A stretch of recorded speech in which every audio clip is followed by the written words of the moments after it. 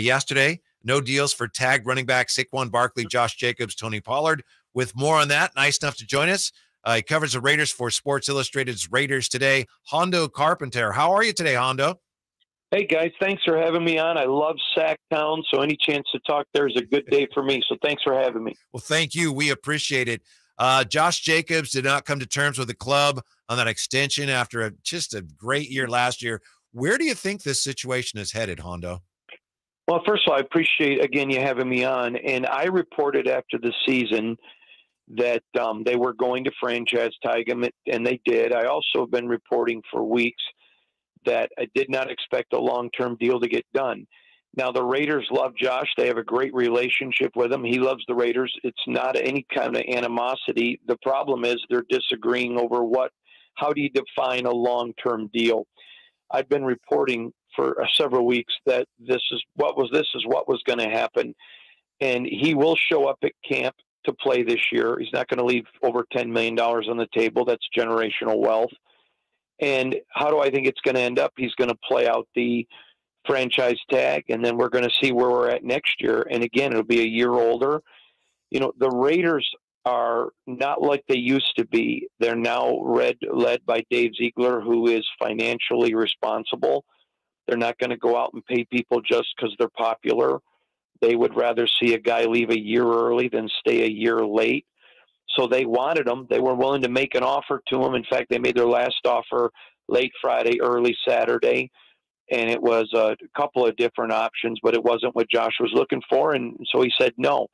So here's where they find themselves. And, you know, the amazing part is that I reported last year before the season that they shouldn't pick up the fifth-year option, and they didn't. I think that was smart of the team.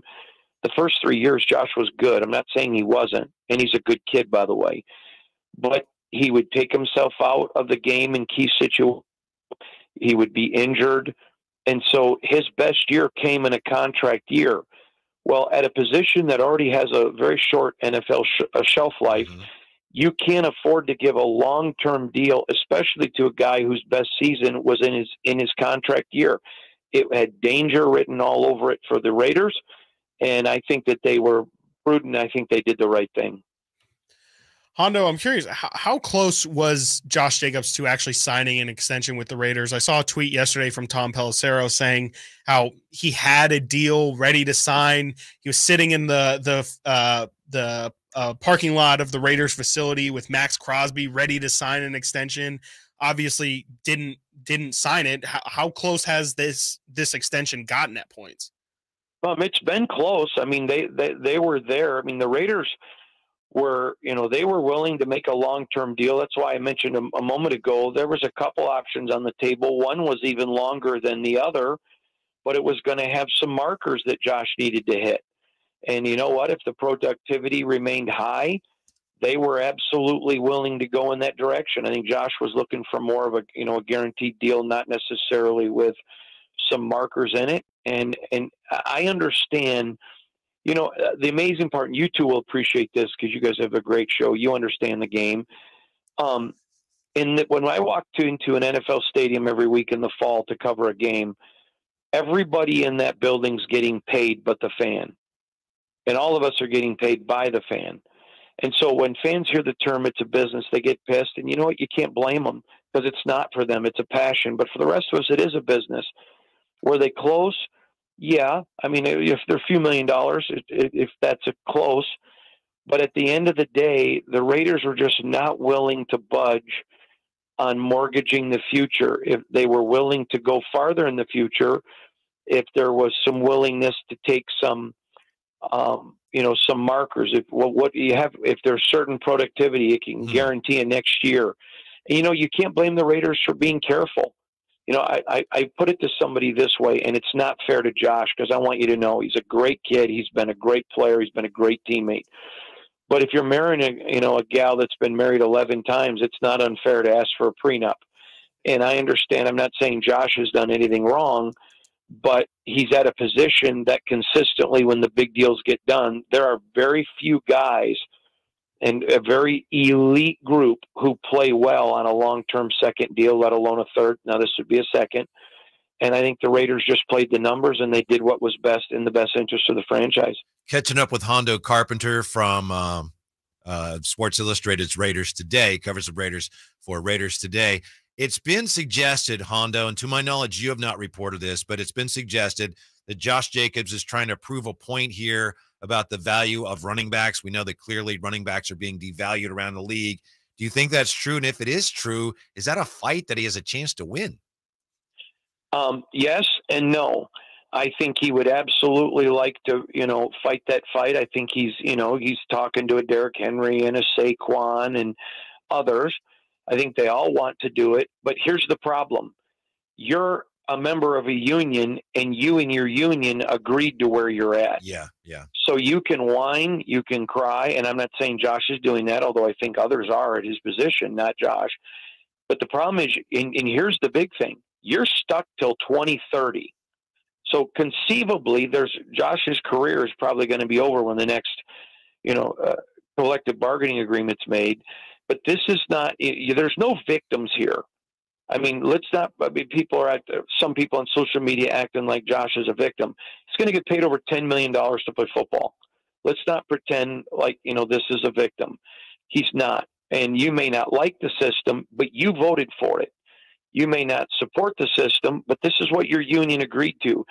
They may not like the system, but it is what it is. So yes, would I think they want to make a point? Sure. Are they going to? Not a chance. What would you say is if you were to ask Josh McDaniels and Ziegler, what is their goal for the Raiders this season? What do you think they would say? And then what would you define as a success for the Raiders this year? Well, I think that's a great question. First of all, I have asked them that. And obviously, they want to see their team win as many games and get into the playoffs. Sure. That's what they're always going to say. Realistically, I think if Jimmy G stays healthy for all 17 games, and let me tell you, that's a huge if. Yeah. But if he stays healthy for all 17 games, I think this team wins 9. And I don't think they're a team that's a Super Bowl caliber team. I think under the system that Josh McDaniels wants to run on offense and defense, especially on defense last year, they were exposed. Now they've done a ton to improve. A lot of it's some really young guys, but they are exponentially a better team. So if Jimmy stays healthy for 17, then I think this team gets to 9 and makes that next step. But I mean, let's be honest. The Chargers are a team that's a coach away from being good. He's going to cost them games every year. And I mean, can you imagine if Sean Payton had went to the Chargers this year? I still think that KC's the team to beat till they're beaten, but I think all of the talk, and rightfully so, is the Chargers. Instead, I mean, I would hate to be one of the 7 Charger fans who's actually having to sit there and say, what are we going to do with our coach? I mean, they've got a great roster. The general manager's done a great job. The only deficiency there is a coach. So, what do I think the goal is? I think it's to win as many games as possible. They need to keep Jimmy healthy, develop some of those young guys. Zamir White is one of them. He was a draft pick out of Georgia, a running back who last year didn't get a lot of chances. He struggled in the passing game, but Josh McDaniels was in a contract year and wanted every rep. I think he's going to be benefit from being able to be in training camp with Josh out and hopefully get a lot of those reps. But that's where this team sits right now, and I think they are improving. I understand Raider fans, they hate Josh McDaniels and Dave Ziegler, and I'm not saying everyone, but certainly the majority. They hate him for 2 reasons. First of all, their franchise has sold them just win, baby for decades, and the only thing they haven't done is win. Mm-hmm. And so those fans are passionate. They love or hate the Raiders. Their fan base is out of this world. They're wonderful. And they're angry because, Mark Davis has had 2 coaches that took him to the playoffs. You know what they both have in common is he fired them. And so, all of a sudden you fire a guy, Rich Bisaccia, who's super, super popular. Mm-hmm. You go out and go get 2 Patriots.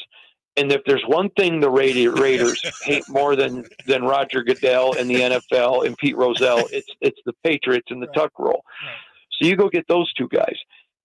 I mean, it's just been, and so it's a fire that the only way Josh McDaniels is going to win is to win games. We know that. That's everybody in this league.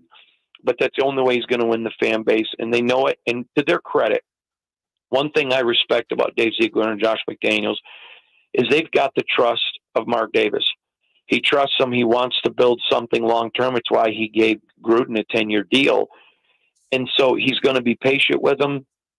Unlike some coaches, and I don't mean this with John Gruden, but unlike some coaches in the past, they do a tremendous job of keeping Mark Davis in the loop on everything. He knows everything that they're doing. So they are making strategic long-term plans. They're not playing the short game. And I think that's going to benefit the Raiders. They have to get past a fan base right now that's angry and, quite frankly, has every right to be. Hondo, can't thank you enough for helping us out today. We appreciate it. We hope to talk to you again very soon. Thank you, and good luck with the Raiders this year, sir. Hey, anytime you guys want me, you got me. I appreciate it. Have a great day. Take care. Hondo Carpenter covers the Raiders for Raiders Today.